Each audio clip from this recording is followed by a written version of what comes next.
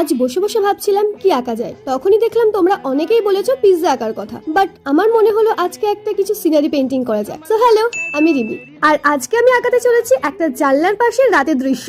তবে এই স্কাইটাতে আমি কিন্তু পার্পল কালার ইউজ করেছিলাম, বাট ক্যামেরাতে এটাকে ব্লু কালার কেন লাগছে কি জানি। আর এই দেখো, আমি ড্রয়িং করতে বসবার কিছু গড়বড় হবে না, এটা তো ইম্পসিবল। নাও ধেবড়িয়ে দিলাম। যাই হোক, গড়বড় তো হতে থাকবে, তবে সেখান থেকে আবার সুন্দর কিছু তৈরি করাই তো হচ্ছে আর্ট। চলো এবার তোমাদের একটা মিষ্টি বনুর কমেন্ট পড়ে শোনাই। অনেক দিনের নীরবতায় মনটা ছিল ভার, তোমার ভিডিও ছাড়া দিদি ফাঁকা লাগতো বারবার। প্রতিটি ক্ষণ অপেক্ষাতে কেটেছে শুধু তোমার তরে, আজকে আবার তোমায় দেখে হাসি ফুটলো মন ভরে। মেঘের আড়াল ভেঙে যেমন রোদ ঝরে অবিরাম, তেমনি তোমার নতুন ভিডিও নিয়ে এলো সুখের নাম। তুমি হয়তো জানো না দিদি কতটা করেছি মিস, তোমার একটি ভিডিওতেই ফিরে আসে হাজার খুশির রেশ। তোমার নামের সাথে সাথে তুমি নিজেও যে কতটা মিষ্টি সেটা তোমার কমেন্ট দেখলেই বোঝা যায়। নাও এদিকে তো আমার আজকের পেন্টিং পুরো কমপ্লিট, এবার তোমরাই দেখে জানাও তো কেমন হলো। ভালো লাগলে একটা লাইক আর সাবস্ক্রাইব করে দিও। তো চলো বাই।